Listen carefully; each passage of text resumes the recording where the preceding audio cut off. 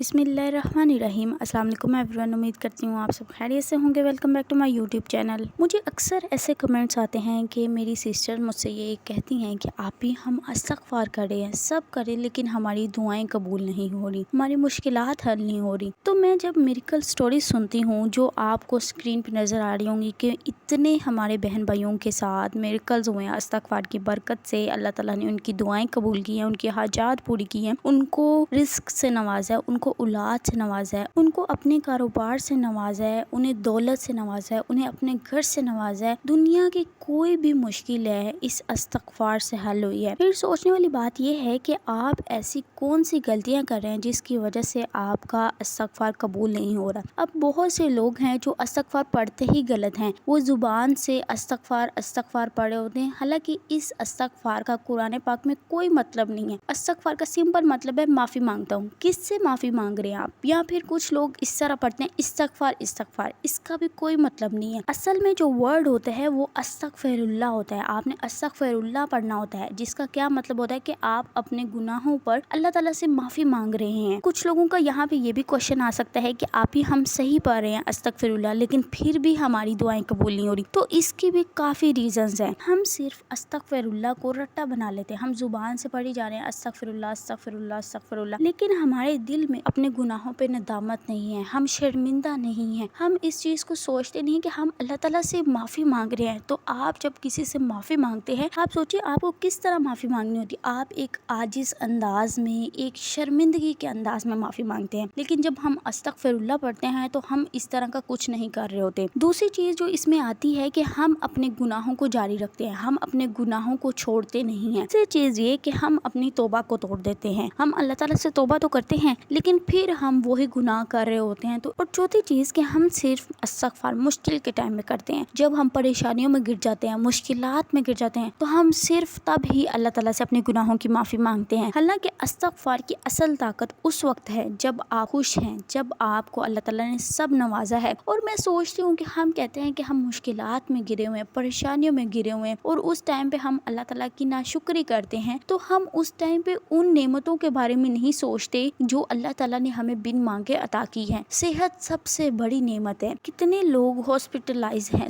लाखों लगा रहे हैं अपने इलाज पे, लेकिन आप सेहतमंद हैं, तो आप इस पे शुक्र अदा किया करें। और अल्लाह की ज़ात का तो वो दर है जो अपने हर बंदे के लिए खुला है, चाहे वो कितना ही गुनहगार है। तो आप ये ना सोचा करें कि आपके गुनाह बड़े हैं, आप ये सोचा करें कि वो ज़ात रहीम कितनी है, वो करीम है, वो माफ़ करने वाली है। और इसी रिलेटेड अल्लाह ताला कुरान पाक में फरमाते हैं, ऐ मेरे बंदो, जिन्होंने अपनी जानों पर ज्यादती कर रखी है, तुम अल्लाह की रहमत से मायूस न हो, यकीनन अल्लाह सब गुनाहों को बख्श देता है, बेशक वही है जो बहुत बख्शने वाला, बहुत रहम फरमाने वाला है। तो सोचे ये अल्लाह का कितना बड़ा वादा है कि वो माफ़ करने वाला है, हमारी हर गलती को, हमारे हर गुनाह को माफ़ करने वाला है। तो आपने मायूस नहीं होना। और अगर आप अपने इर्द गिर्द के लोगों में देखें जो अल्लाह की रहमत से मायूस हो रहे हैं, तो आप उनको मोटिवेट किया करें। मैं अक्सर अपनी वीडियोस में कहती हूँ कि आप कुछ सीखते हैं, जिस चीज़ से आपको मोटिवेशन मिलती है, आप उसको दूसरे लोगों तक ज़रूर शेयर किया करें। ये भी आपकी तरफ से एक सदका है जो हमेशा के लिए जारी रहता है। हम